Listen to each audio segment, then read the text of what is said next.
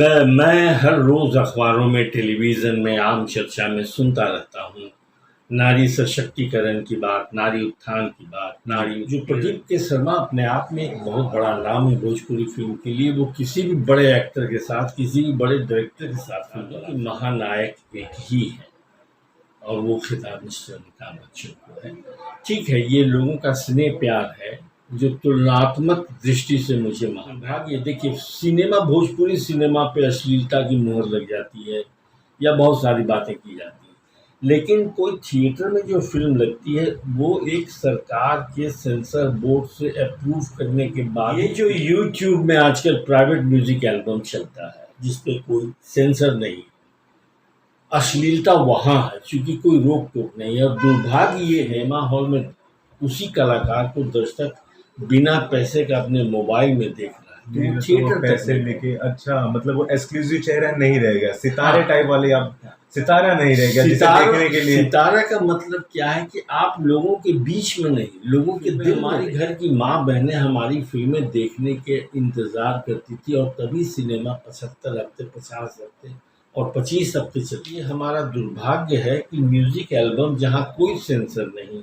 जिसको देखने के लिए कोई टिकट नहीं कटाना पड़ता है, वहाँ हमारे वही चेहरे दिखाई दे रहे हैं जो सिनेमा के कलाकार हैं, जिसकी सजा आज हमारी भोजपुरी इंडस्ट्री झेल रही है। इतने साल मतलब बंजर जमीन में पत्थर चुन चुन के उपजाऊ जमीन बनाने वाला इंसान कुणाल, जिसने भोजपुरी सिनेमा के हर दौर को देखा हो, ये उसका दर्द है। ये दिन भी देखना पड़े कि हमारे कलाकारों को माँ बहन की गालियाँ दें या कार्यक्रम में जाएं तो पत्थर चलाए जाएं, हमारा सच है। तो हिंदुस्तान की सिनेमा से भोजपुरी भाषा को अलग नहीं किया जा सकता। अब रही बात बदनामी की, तो बेशक सर तो आज झुकता है जब इस तरीके की चर्चा होती है, लेकिन हमने वो दौर भी देखा है कि जहां भोजपुरी कलाकार होने के नाते मुझे मॉरिशस में या विदेशों में मनोज तिवारी और रवि किशन के बीच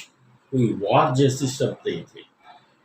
एक हेल्दी प्रतिस्पर्धा, मैं आपसे बेहतर कलाकार साबित अपने आप को करना चाहता हूँ, मैं आपसे ज़्यादा अच्छी फिल्में कर रहा हूँ। ये प्रतिस्पर्धा मनोज तिवारी और रवि कि किशन किस तरीके से इस चीज को खत्म किया जा सकता है, विवाद होगा भी कि नहीं?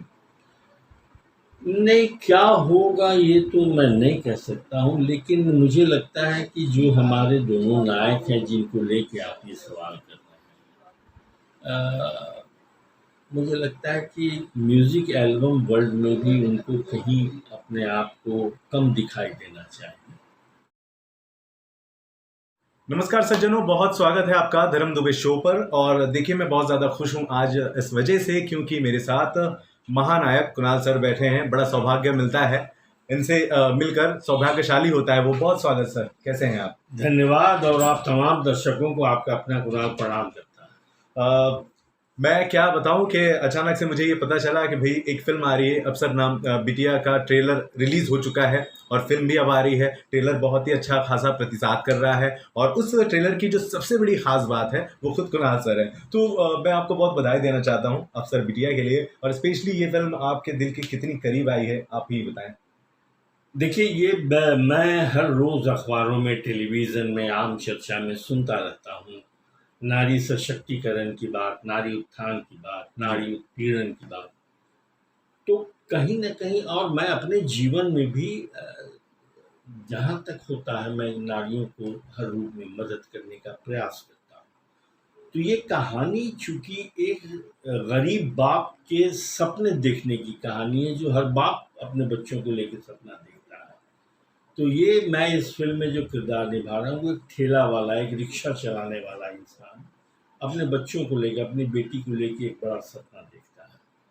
लेकिन वो आर्थिक रूप से बहुत कमज़ोर है, लेकिन तब भी वो चाहता है कि उसकी बेटी का सपना, उसने जो सपना देखा है, बेटी उस मंजिल में पहुँचे। और इस तरीके से, हमारे तरीके से हज़ारों करोड़ों बाप होंगे जो अपने बच्चों को लेके सपना देखते हैं। तो ये किरदार मुझे बहुत प्रभावित किया और मैं खुशनसीब हूँ कि ये किरदार मुझे करने का मौका मिला। बिल्कुल दोस्तों, आपको बताएं कि इस फिल्म के जो प्रोड्यूसर हैं प्रदीप के शर्मा साहब हैं, और इस फिल्म में जो लीड एक्ट्रेस हैं वो श्रुति राव हैं, और काफ़ी अच्छा खासा काम करा गया है। महिला प्रधान ये फिल्म है, और फिल्म के डायरेक्टर राकेश त्रिपाठी सर ही हैं, और उन्होंने खुद लिखा भी है। जी हाँ। यहाँ तक कि म्यूजिक भी उन्होंने ही लिखा है। ये नहीं, मधुकर आनंद जी ने म्यूजिक अच्छा अच्छा सर, इसके अलावा इस फिल्म की अगर खूबियों की बातें करें तो क्या कुछ होंगे शब्द आपके?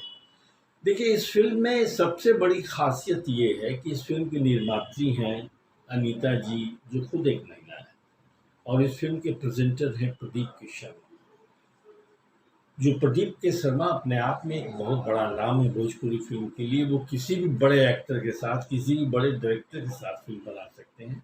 लेकिन प्रदीप जी की एक खासियत है कि जो वो कहानी का चयन करते हैं, उस कहानी बहुत से खास वो होती है। समाज को एक संदेश देते हैं और यकीन करते हैं उस कहानी पे।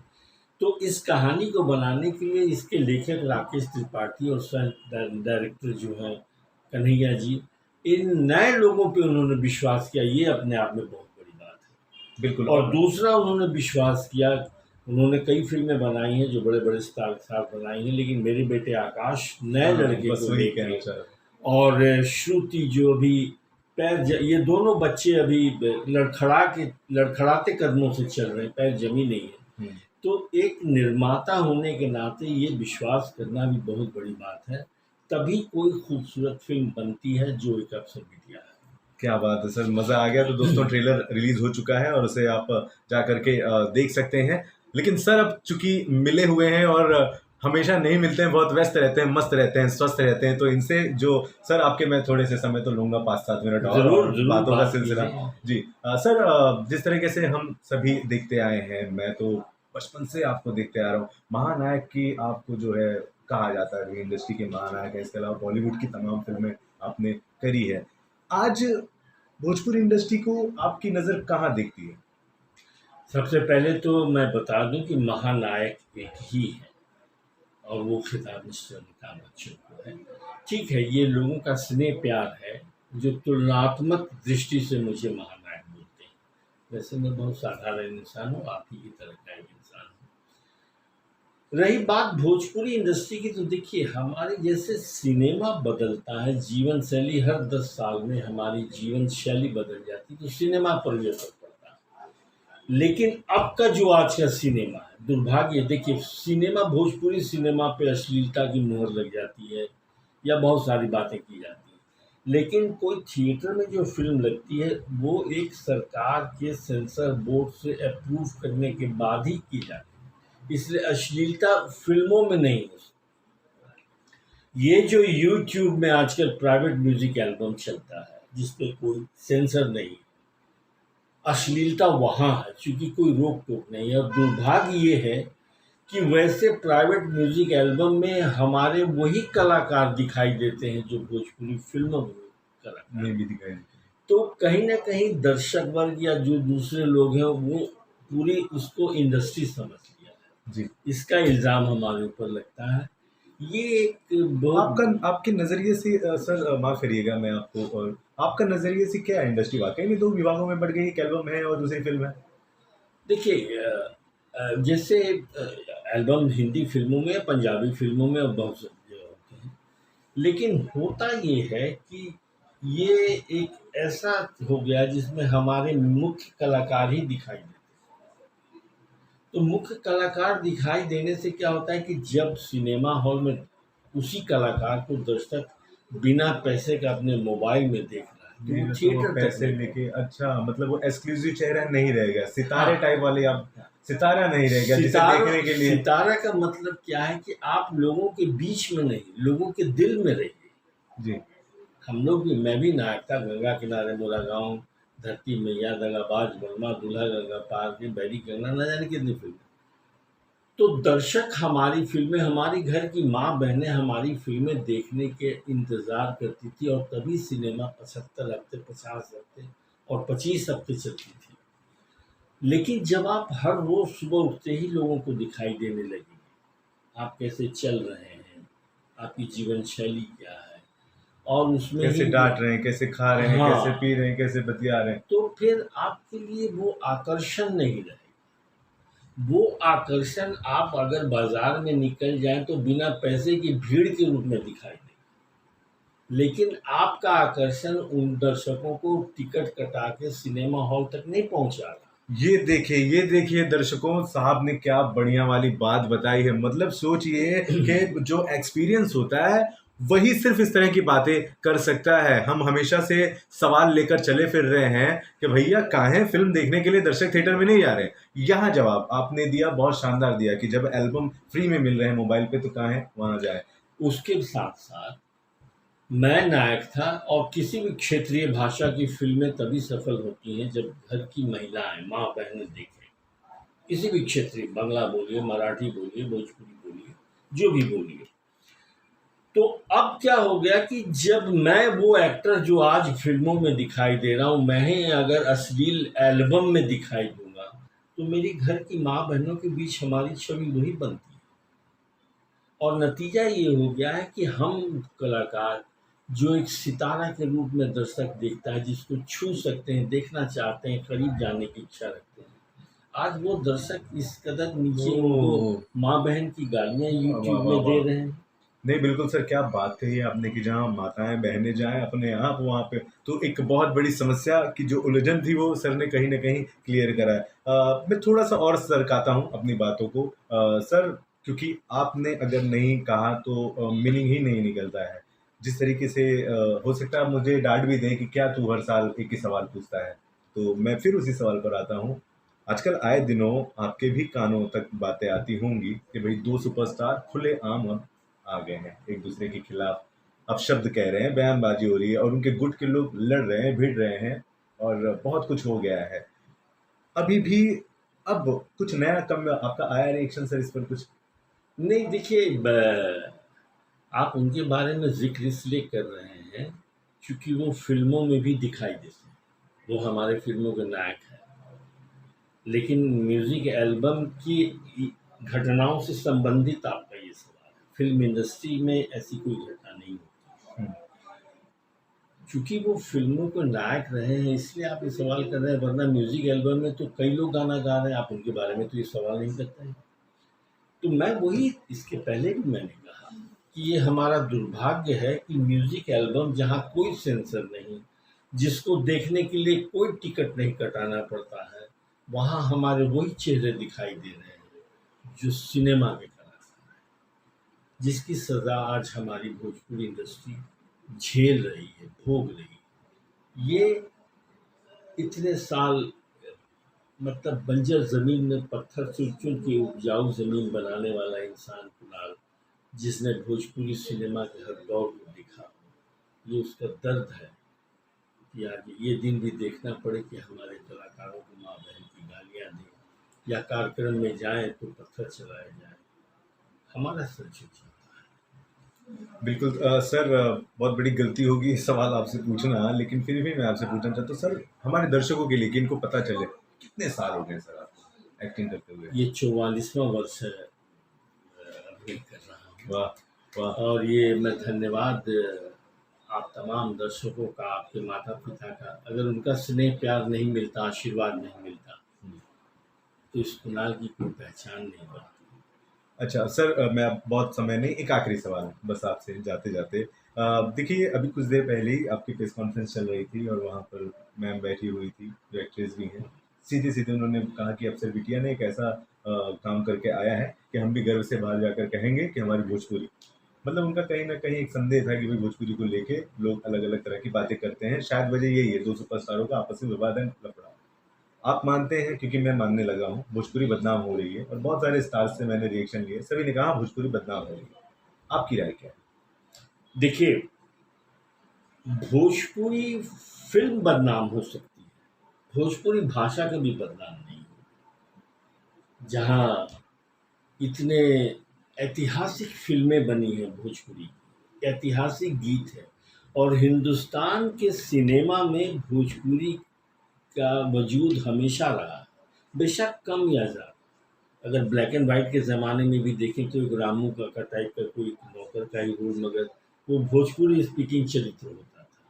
या गीतों में पवनवा, चरवा, कजरवा, न जाने ऐसे कितने शब्दों का इस्तेमाल हुआ। तो हिंदुस्तान की सिनेमा से भोजपुरी भाषा को अलग नहीं किया जा सकता। अब रही बात बदनामी की, तो बेशक सर तो आज झुकता है जब इस तरीके की चर्चा होती है, लेकिन हमने वो दौर भी देखा है कि जहां भोजपुरी कलाकार होने के नाते मुझे मॉरिशस में या विदेशों में सम्मान मिला, दूसरे हिंदुस्तान के दूसरे प्रदेशों में भी सम्मान मिला। तो ये हम कलाकारों की भी जिम्मेदारी है कि जिस भाषा से मेरी पहचान बन रही, जिस भाषा से मेरे बच्चों को रोटी मिल रही, मेरे परिवार का पालन पोषण हो रहा है, जिस भाषा की फिल्म में काम करने के बाद हजारों लोग जो उसमें काम करते हैं उनके परिवार का पालन, उसके प्रति आपकी भी जिम्मेदारी है कि आप अपने सम्मान को कैसे बचा के रखें। और जब आप अपना ही सम्मान नहीं बचाना चाहेंगे तो जमाना क्यों सम्मान करेगा। सर ऐसी बातें करते करते अचानक से जहन में कुछ सवाल भी आ जाते हैं, कईयों से पूछा, मैं आपसे भी जानना चाहता हूँ सर। लोग कहते हैं जो सीनियर हैं वो कि इसी तरह से कोल्ड वार कुछ एक दौर था, रवि किशन साहब और मनोज तिवारी के बीच भी होती थी, लेकिन इतना अति जो देखने मिल रहा है इतना नहीं था। तो आप तो बड़े करीब से देखे हैं, हर फिल्म में आप भाई पिता के किरदार में रहे हैं। नहीं देखिए, वो एक प्रतिस्पर्धा मैं कहूँगा, मनोज तिवारी और रवि किशन के बीच कोई वार जैसे शब्द नहीं थे, एक हेल्दी प्रतिस्पर्धा। मैं आपसे बेहतर कलाकार साबित अपने आप को करना चाहता हूँ, मैं आपसे ज़्यादा अच्छी फिल्में कर रहा हूँ। ये प्रतिस्पर्धा मनोज तिवारी और रवि किशन में थी। और दूसरी सबसे बड़ी वजह थी कि मनोज तिवारी गायक थे, रवि किशन गायक नहीं थे। तो ये फिर देखिए यहाँ जो बातें होती हैं वो म्यूजिक एल्बम वर्ल्ड की बात मैं इसलिए करता हूँ क्योंकि दोनों नायक हमारे गायक हैं, जबकि दोनों दिल के बहुत अच्छे हैं, दोनों समझदार हैं, लेकिन उनके चाहने वालों ने कुछ ऐसा माहौल खड़ा किया और इन दोनों की मजबूरी हो जाती है कि अपने चाहने वालों के साथ खड़ा होना। नतीजा है कि ये बात इतनी दूर तक चली गई। सर बस एक आखिरी में जाते जाते तमाम दर्शकों को हम आपके जरिए ये बताना चाहेंगे कि किस तरीके से इस चीज को खत्म किया जा सकता है। विवाद होगा भी कि नहीं? नहीं, क्या होगा ये तो मैं नहीं कह सकता हूँ, लेकिन मुझे लगता है कि जो हमारे दोनों नायक हैं जिनको लेके आप ये सवाल कर रहे हैं, मुझे लगता है कि म्यूज़िक एल्बम वर्ल्ड में भी उनको कहीं अपने आप को कम दिखाई देना चाहिए। फिल्में कीजिए, आप फिल्मों के बहुत बड़े नायक हैं। आज के दौर में हर युवा पीढ़ी आपको फॉलो करता है, तो आप फिल्में कीजिए और चुनिंदा गाने कीजिए ताकि ईश्वर ने जो गुण आप में दिया है वो भी बरकरार रहे और ये इल्ज़ाम से भी बच जाए। मेरी राय ये। क्या बात है सर, क्या बढ़िया वाली राय इन्होंने दी है ना दोस्तों। बहुत thank you very much sir हमसे बात करने के लिए। और इनसे कोई सवाल हो दोस्तों ना तो प्लीज़ कमेंट बॉक्स में ज़रूर लिखिएगा, पूरी कोशिश करेंगे कि साहब से फिर से जवाब लेकर के आप तक हम पहुंचा दें। सर आप कुछ अपनी तरफ से अगर कहना चाहें, और अगर क्योंकि क्या है हमेशा हमने आपसे बातें बड़ी करी, कोई सर शायरी, कोई कविता जो आपकी जहन, जो आपके दिल में होता है, या फिर आज के चलते दौर के जब क्या सूझता है? नहीं देखिए, अभी आपने एक सवाल किया कि कितने साल हो गए, कितने साल हो गए इस फिल्म इंडस्ट्री में काम करते हुए, तो उसका जवाब एक शेर में बोलता हूँ। इरशाद कि दिल में अभी तूफान बहुत बाकी है, बहुत कुछ करने का अरमान अभी बाकी है, हमने तो अभी नापी है मुट्ठी भर जमीन, मेरे लिए तो सारा आसमां भी बाकी है। क्या बात है, क्या बात है, क्या बात है। God bless you sir. आप इसी तरह से स्वस्थ रहें, मस्त रहें, खुश रहें, हम सभी दर्शक यही चाहते हैं। तो दोस्तों इस वीडियो का समापन करते हैं। नमस्कार, प्रणाम। नमस्कार।